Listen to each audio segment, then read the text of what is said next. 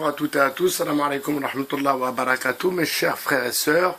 Nous sommes le 14/07/2019, il est exactement 13h37, alors on va reprendre les acteurs de crise sur le 2.0.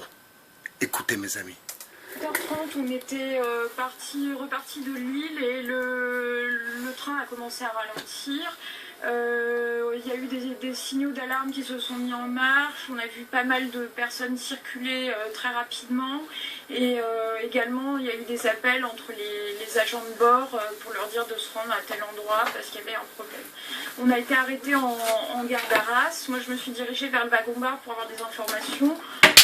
Les personnes qui s'étaient situées aux premières loges ont pu me dire que donc, un homme torse nu était sorti avec une mitraillette des toilettes et avait tenté d'ouvrir le feu, qu'il avait été neutralisé à la 3e tentative et que donc il y avait des blessés. Par la suite, quand je suis sortie du train, puisqu'ils ont d'abord décidé de nous évacuer, j'ai pu voir donc les blessés. Il y en avait un qui était blessé par balle ici, puis au niveau de l'omoplate à peu près symétriquement. Il y avait un autre blessé. Au niveau de l'omoplate, à peu près symétriquement. Des mots employés par, ma foi, les médecins légistes. Suite. C'est donc à l'arme blanche, ce que j'ai su après par un policier, et un blessé léger également par arme blanche. Donc je ne sais pas par contre si c'était les personnes qui avaient tenté de le neutraliser.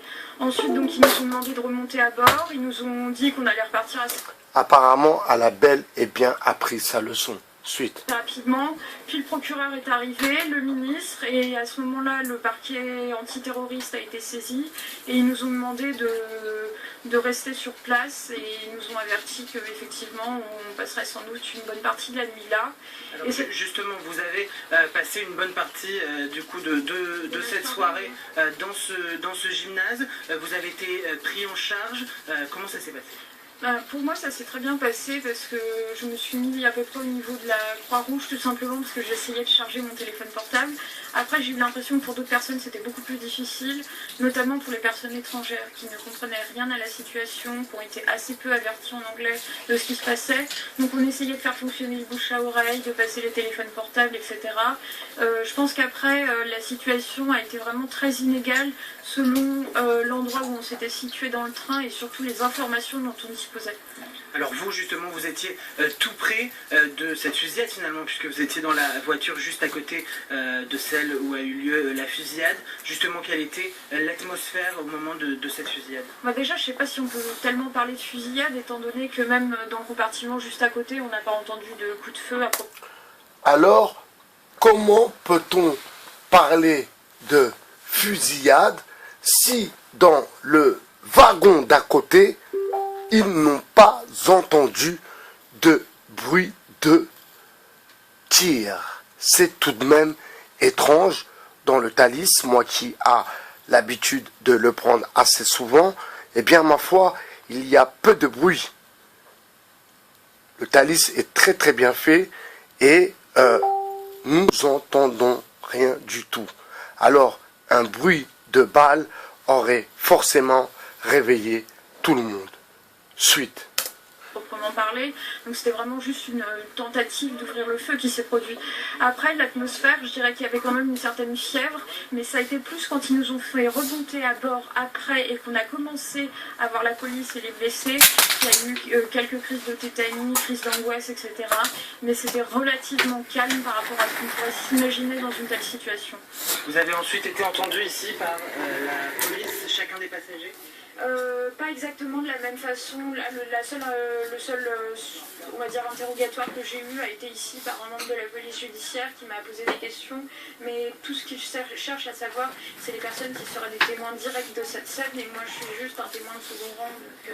Donc, un membre de la DGSI pour mieux t'expliquer ce que tu dois dire. Eh bien, mes amis, les acteurs de crise ne sont pas à leur première récit.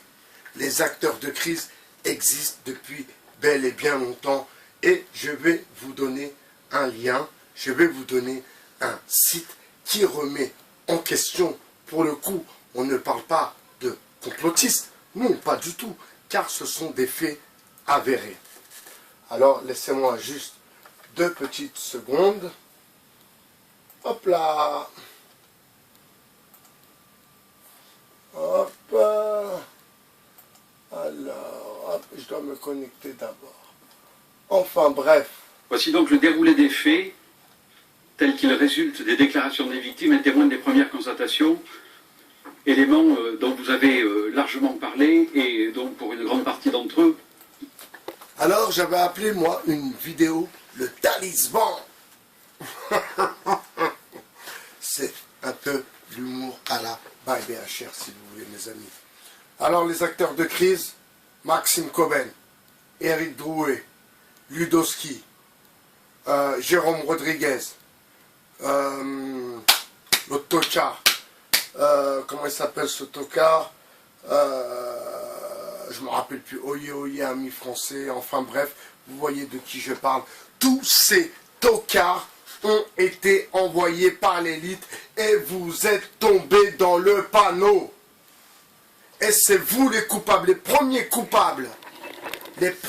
coupables d'avoir accepté ces acteurs de crise, c'est bien vous. Remontez sur ma chaîne, allez sur la chaîne à Bernard et regardez depuis combien de temps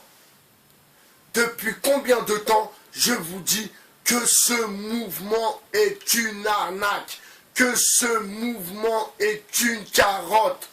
Et ma foi, eh bien, vous continuez à jouer les sourds et les malentendants. Alors peut-être que je m'exprime mal.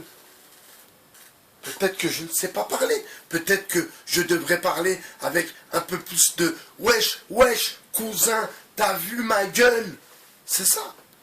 Vous voulez que je parle comme ça pour être un peu plus crédible? Comment vous dire les choses?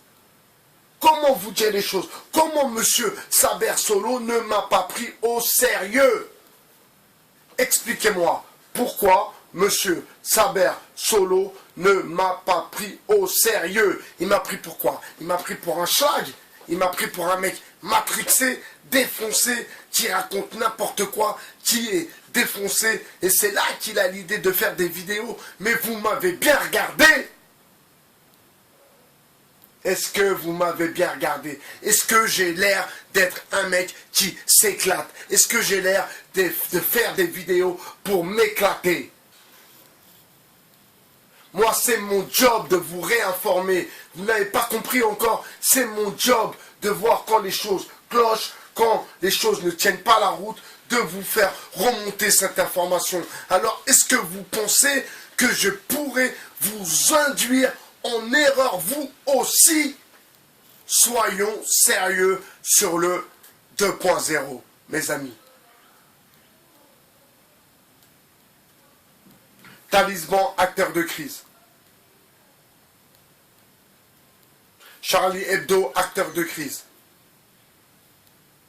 La Villette, acteur de crise. Ou false flag, comme vous voulez. Mais tout ça n'est que des arnaques. Que des arnaques. Les gens sont choisis. N'oubliez pas, ils ont une communauté assez lourde, assez puissante pour pouvoir, eh bien, en choisir quelques-uns qui ont été formés pour ça. Souvenez-vous de monsieur Michel Collomb et sur la propagande de guerre. D'ailleurs, je vous invite au plus rapidement possible à regarder l'encerclement. Je vous invite aussi au plus rapidement possible à regarder Propaganda ou à lire Propaganda, mes amis. Cette élite veut nous coucher. Le grand Rav Twitou a dit, il a dit que l'Europe et que l'islam est le balai de l'Europe. Mes chers frères et sœurs, l'heure est très grave. On me reproche souvent de ne pas prendre de position. On me reproche souvent de dire des choses, certes, qui tiennent la route, mais de ne pas aller au fin fond de mes déductions.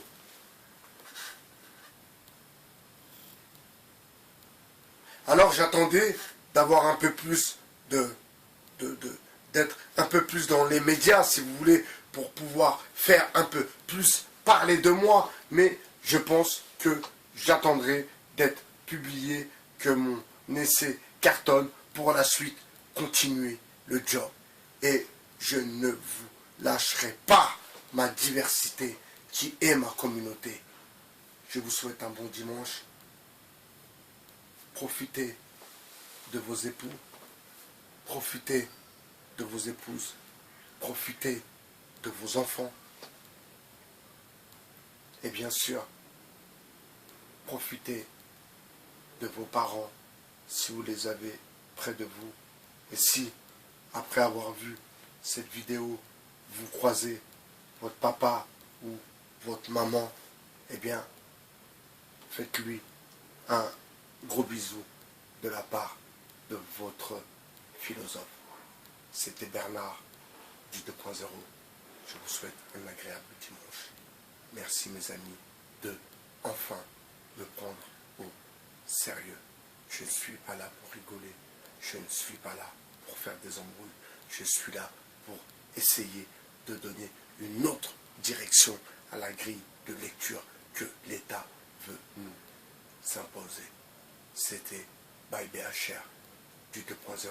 Je vous invite aussi à rejoindre, à envoyer une invitation soit à la chronique de la romance, soit à la chronique de ma romance, soit aux Les Amis de la banlieue, c'est une page Facebook, soit au 2.0.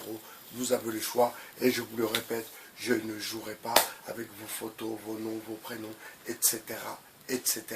Que les choses soient claires. Allez, je vous dis à tard plus dans Flixibus. C'était By BHR du 2.0, votre philosophe qui ne manque pas d'inspiration. Ciao!